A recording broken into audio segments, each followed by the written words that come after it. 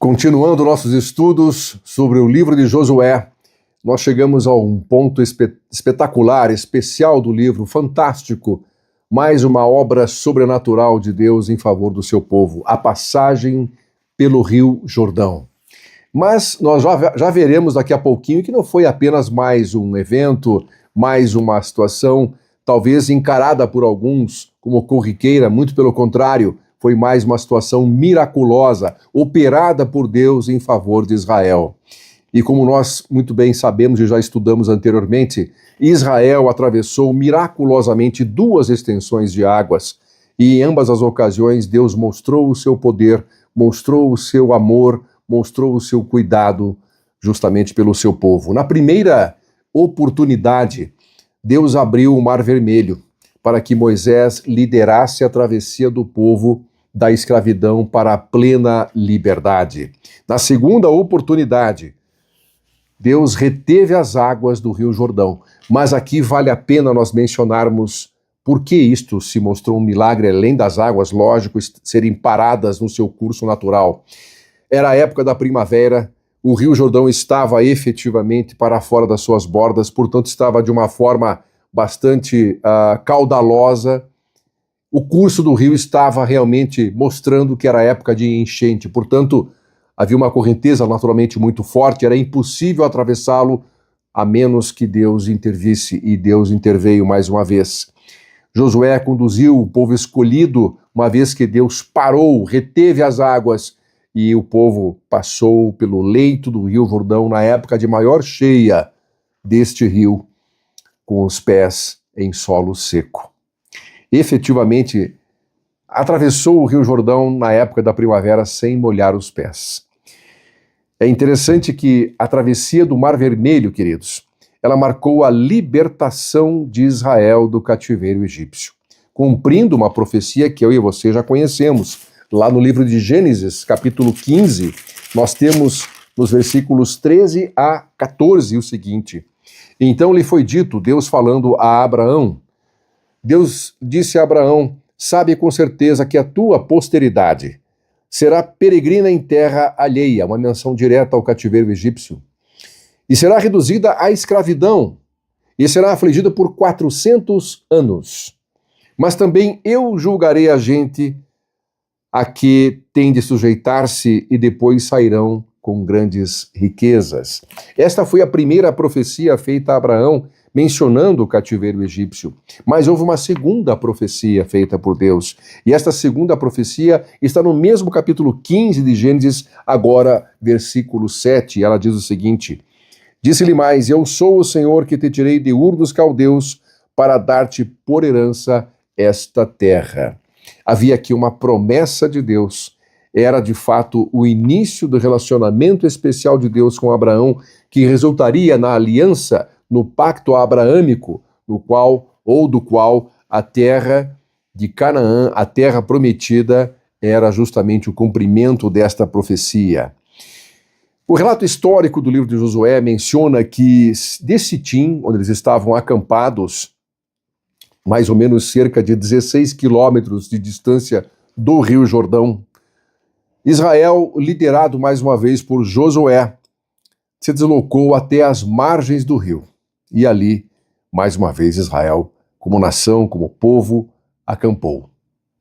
É interessante que antes da travessia, da miraculosa travessia do Rio Jordão, Deus deu algumas instruções muito específicas para o seu povo, dentre as quais destaca-se aquelas instruções que encontramos em Josué, no capítulo 3, versículo 5. Deus diz assim em sua palavra: Disse Josué ao povo, santificai-vos, porque amanhã o Senhor fará maravilhas no meio de vós. Notem, santificai-vos. É interessante notarmos que, em outras palavras, Deus estava dizendo, pratiquem aqueles mesmos atos preliminares à experiência que vocês já tiveram junto ao Monte Sinai. Repitam aqueles atos preparatórios, porque eu farei mais uma vez milagres, eu farei maravilhas para os vossos olhos. E é interessante nós notarmos que essas instruções elas foram dadas, lógico, em Êxodo, capítulo 19, E nós temos aqui os versículos 10 a 15 que dizem o seguinte: Disse também o Senhor a Moisés: Vai ao povo e purifica-o hoje e amanhã.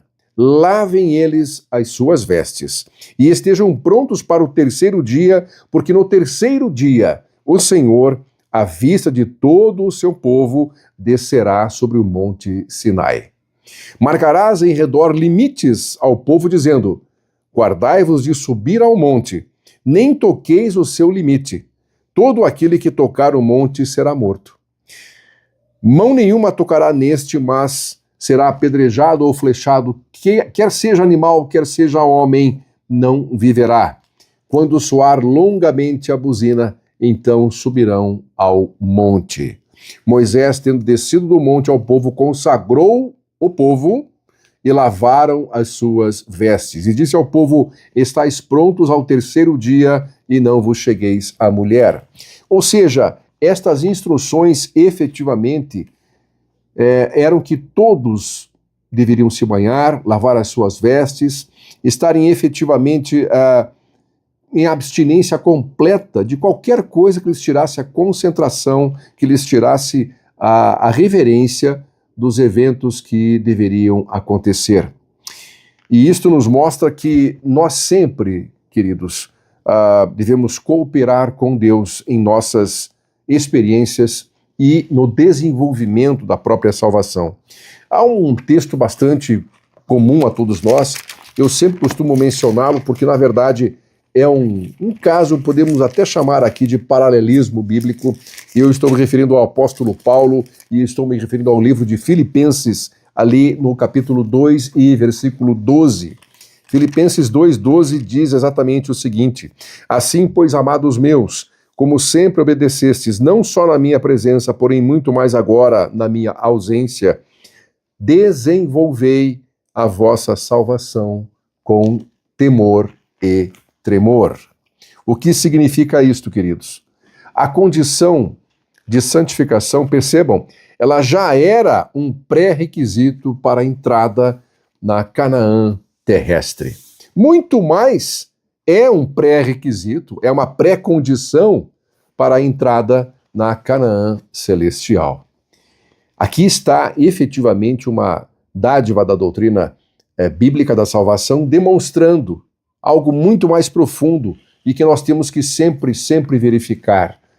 1 Pedro, uma das últimas epístolas da Bíblia, aqui nós temos algo correlato. 1 Pedro 1, capítulo 1, versículos 15 a 16. Por que há uma correlação, como eu mencionei? Pelo contrário, diz Pedro, segundo é santo aquele que vos chamou. Tornai-vos santos também vós mesmos em todo o vosso procedimento, porque escrito está: sede santos, porque eu, o Senhor, sou santo.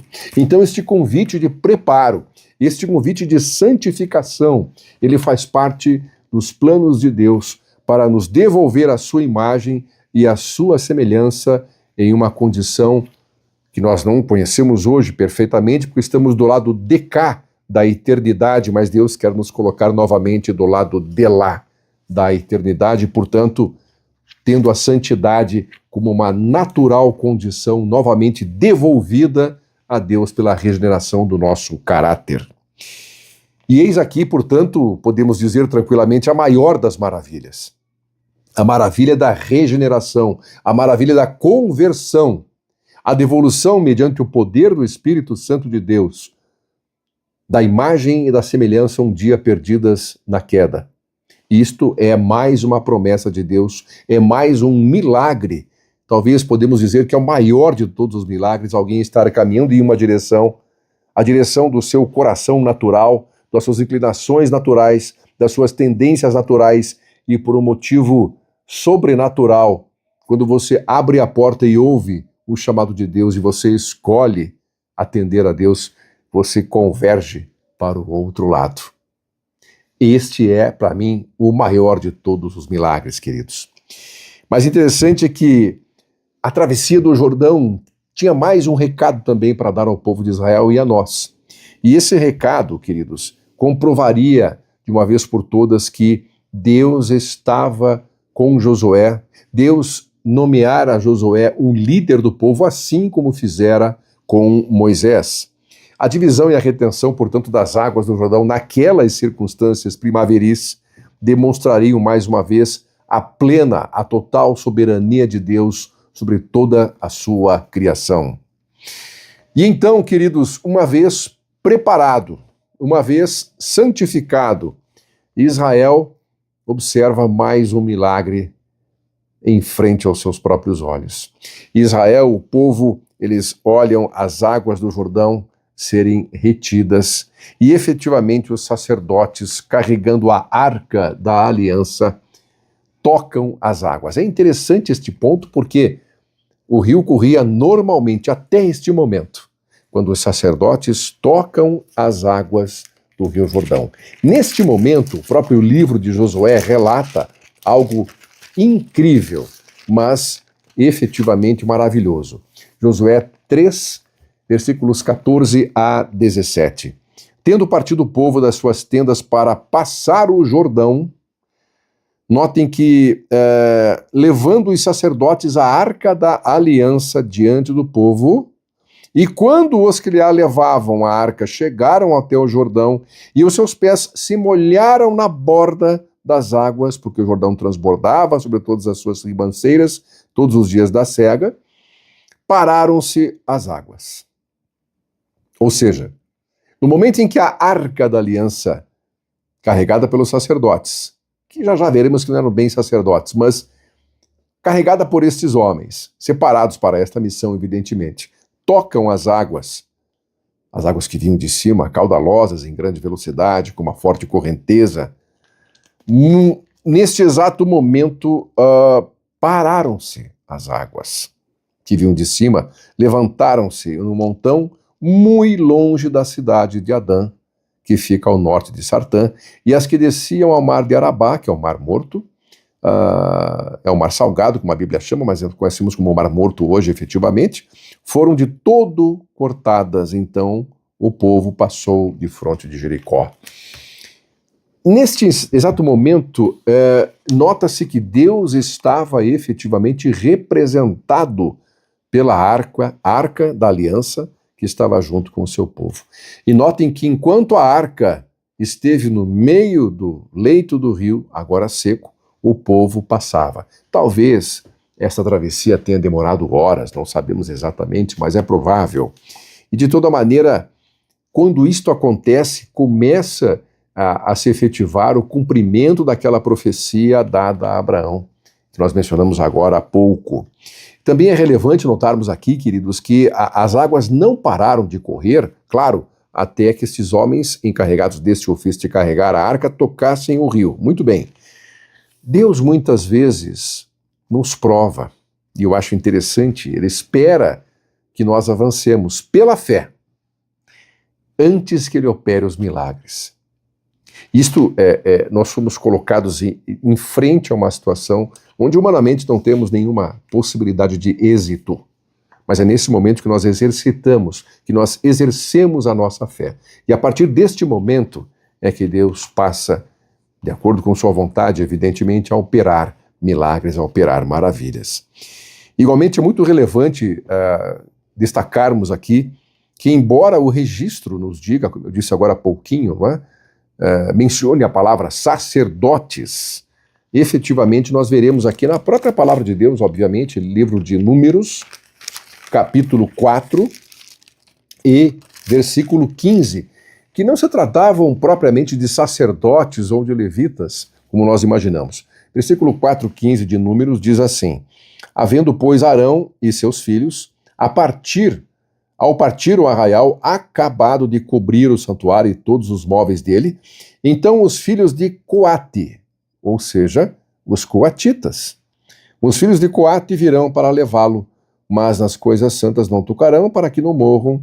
São essas as coisas da tenda da congregação que os filhos de Coate devem levar. Portanto, aqui nós temos uma informação relevante, uma informação importante, que também nos leva a uma outra conclusão extremamente espetacular, eu já diria, porque é igualmente neste momento que nós percebemos efetivamente que todos estes milagres praticados por Deus em favor de Israel comprovam a verdade do teísmo. Por esta razão, nós cristãos, em absoluta maioria, somos teístas, ou seja, cremos que Deus não apenas criou, porque nós temos o movimento dos deístas, com D, e estes creem que Deus, de fato, foi o Criador, mas que ele abandonou sua criação à própria sorte. Nós não cremos assim porque a Bíblia demonstra exatamente o contrário. Nós somos teístas, ou seja, nós cremos que Deus não apenas criou, mas que Deus efetivamente intervém na história do mundo e principalmente intervém na minha história de vida, na história da sua vida também. Assim sendo, na história do relato bíblico, Deus ordena que durante a travessia do Jordão fossem retiradas 12 pedras do leito do rio. 12 pedras que logo adiante serviriam como um memorial daquele evento miraculoso.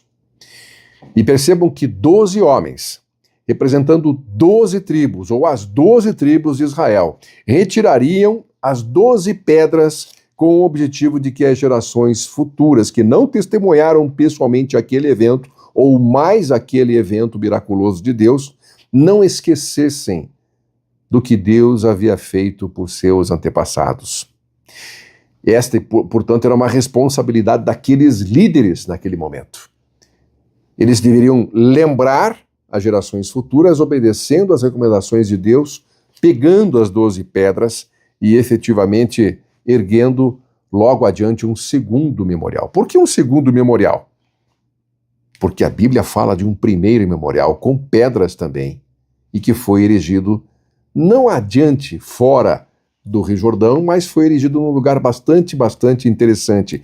Nós temos aqui o relato bíblico, justamente no livro de Josué, capítulo 4, versículo 9, que nos diz o seguinte: levantou Josué também 12 pedras no meio do Jordão, no lugar em que, parados, pousaram os pés os sacerdotes que levavam a Arca da Aliança, e ali estão até os dias de hoje. Então, portanto, 12 pedras foram selecionadas por Josué, e no ponto em que a arca parou, ou seja, bem no meio do leito do Jordão, para que o povo atravessasse o Rio Jordão, neste exato ponto, Josué erigiu um primeiro monumento com 12 pedras, algo que atesta efetivamente que haveria um segundo monumento, este sim, erigido lá em Gilgal, local do acampamento, após a travessia do Rio Jordão. É interessante que nós, olhando para todos estes fatos relatados, nós entendemos que relembrar e celebrar as intervenções de Deus, não somente na história de Israel, mas na história das nossas vidas, queridos, equivale a participar novamente das bênçãos destes momentos tão especiais. É desejo de Deus que jamais esqueçamos de sua bondade e de sua misericórdia, tanto quanto de suas providências em nosso favor. E é justamente quando nós lembramos que Deus nos ama, que Deus providencia situações que nós às vezes não temos o mínimo entendimento a princípio, mas que Deus depois nos mostra que foi um livramento, que foi uma situação em que Ele operava a nosso favor. Nós entendemos uma outra profecia que também consta aqui no livro de Josué. Só que desta vez capítulo 3 e versículo 7, que nos diz o seguinte: então disse o Senhor a Josué: hoje começarei a engrandecer-te perante os olhos de todo o Israel, para que saibam que, como fui com Moisés, assim serei contigo. Deus estava profetizando a Josué, claro, encorajando Josué. E nesse detalhe, nós notamos que esta profecia feita no capítulo 3, logo no relato do capítulo 4, versículo 14, encontra o seu pleno cumprimento. Porque Josué 4,14 diz o seguinte: naquele dia o Senhor engrandeceu a Josué na presença de todo o Israel, e respeitaram-no todos os dias da sua vida, como haviam respeitado a Moisés. Então é interessante nós notarmos, meus queridos, que esta foi uma situação específica também de uma profecia direcionada para a pessoa de Josué, que Deus efetivamente, mais uma vez, como ele sempre faz, cumpre com suas palavras, com suas profecias, especialmente dirigidas a nós. Mas aqui há a interessante relação que nós temos que mencionar da pessoa de Josué. O que tornou Josué engrandecido perante Deus? Vocês sabem que a sua humildade, junto com a sua obediência a Deus, possibilitaram que ele tornasse ou se tornasse um veículo de comunicação a Israel. Ou seja, Josué não apenas obedecia, ele estava sempre humilde perante Deus, aguardando as instruções e acatando a todas elas quando Deus as enviava. A travessia, evidentemente, do Rio Jordão, naquelas condições, teve para Josué o mesmo significado que a entrega da lei no Sinai teve para Moisés. A mesma grandiosidade.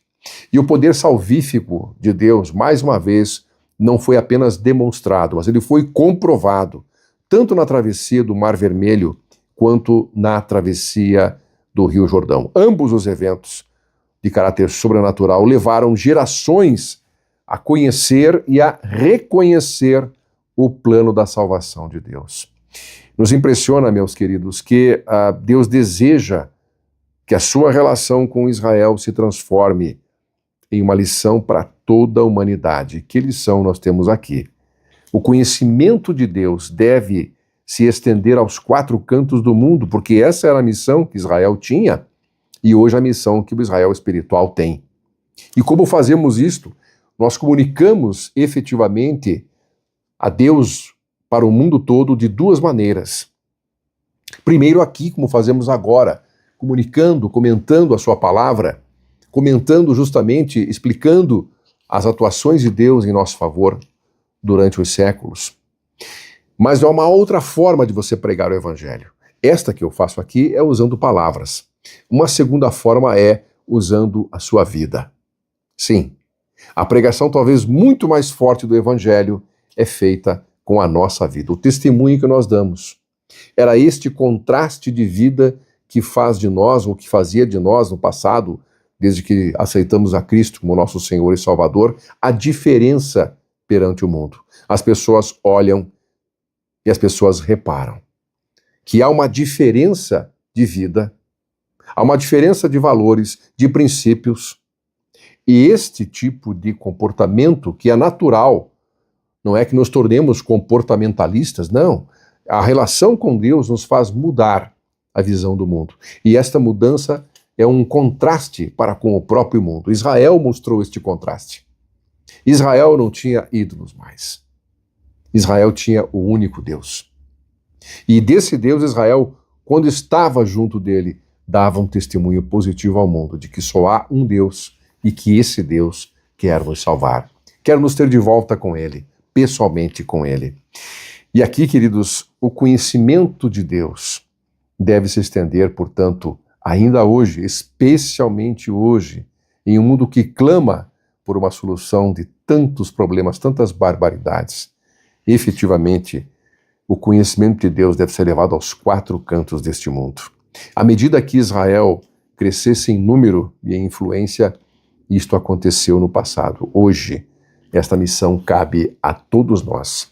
O crescimento da pregação da palavra de Deus está ocorrendo dia a dia, quando as pessoas aceitam a sua mensagem, aceitam a sua verdade e passam a viver de uma forma bastante peculiar para muitos, porque elas passam a guardar os 10 mandamentos da lei de Deus. E quando você guarda a lei de Deus, é impossível que não se perceba a que Deus você está seguindo, a que Deus você está guardando. Vamos prosseguir nossos estudos para a próxima semana. Temos algumas situações diferentes. Após essas maravilhas todas, Israel se depara com a conquista da Canaã terrestre. Foi fácil? Não foi fácil? Nós veremos como Deus continuou atuando com seu povo, mas especialmente como este povo respondeu aos reclamos de Deus. Como o povo de Israel seguiu os passos ordenados por Deus e quais foram os resultados efetivos dessas orientações divinas.